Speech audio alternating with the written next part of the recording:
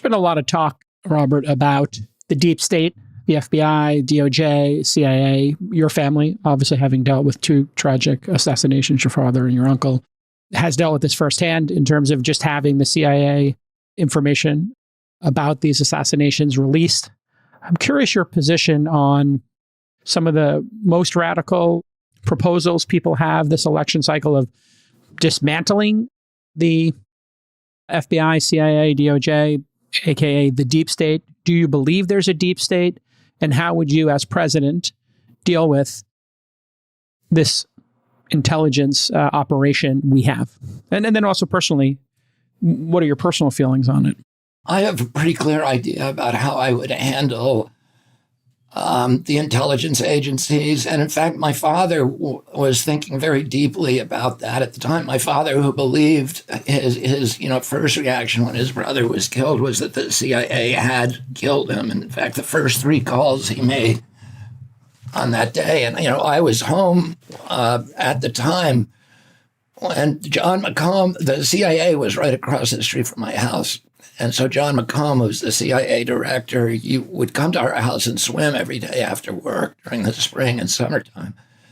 And my father called the CIA desk and talked to a desk officer and said, "Did your people do this?" That was his first call. And he called Harry Ruiz, who was a Cuban, who was one of the Cubans who had remained friendly with my family. While we were surrounded by Cubans growing up because who were Bay of Pigs refugees, my father had got them freed after a year in the Castro's prisons, and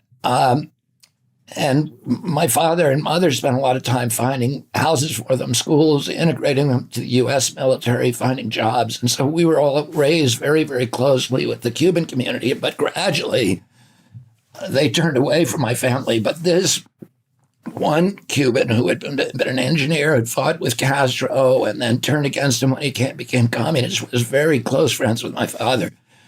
The second call that he made was to Harry Ruiz, and he said, did our people, meaning the CIA people, do this?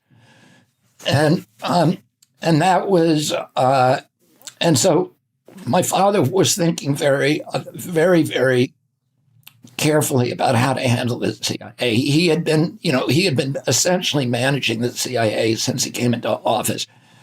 And he recognized that the problem, and as I talked about in my speech, and I think David on this show mentioned this, that during the Bay of Pigs invasion, my uncle realized that he had been lied to by Charles Cabell and Alan Dulles and Richard Bissell, the heads of the CIA, as well as his Joint Chiefs.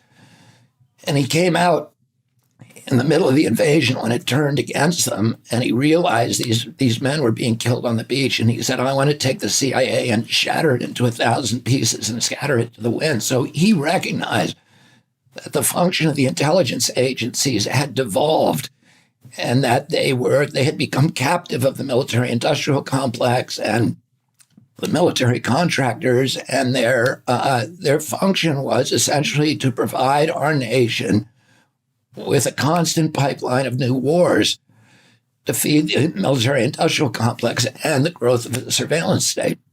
And my father, when he ran for president, Pete Hamill, who was one of his favorite newsmen, asked him on the bus during 2 weeks before he died, asked him what he was going to do about the CIA. And he said, what we need to do is we need to remove the espionage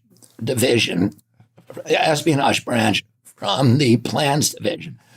The plans division of the CIA is essentially the dirty tricks provision. That's the division, the action division. They do the assassinations, they fix elections, they do paramilitary operations, black ops, torture, black sites, all of that stuff. The espionage division, and CIA was originally set up by Cuba, by Truman, as an espionage agency. Espionage means information gathering and analysis. It's not violence. It's about information acquisition. And unfortunately, the clandestine action division was wagging the espionage dog. So the function of the espionage division was to provide new actions, things to do for the clandestine division, and then covering up their mistakes. So there was never any accountability. And what my father understood is that the espionage division should not be working for the clandestine services. They should be overseeing them and particularly doing accountability. What if the CIA looks the way that the CIA looks at the war in Iraq is it was a success because we accomplished our mission of deposing Saddam Hussein. The CIA, it was George Tenet who lied to President Bush and said it's a slam dunk. So they got us to go in there at weapons of mass destruction. So as president, would you rethink it? And then just as a final question, as final follow-up to that, do you believe they murdered or were involved in the murder of your uncle? What have you come to personally? The CIA, yes, they were definitely involved in the murder and the 60-year cover-up. They're still not releasing the papers that legally they have to release. But I don't think there's any doubt if you look at this huge, monumental mountain of evidence and confessions, and so many people who have confessed to their involvement, and we understand the.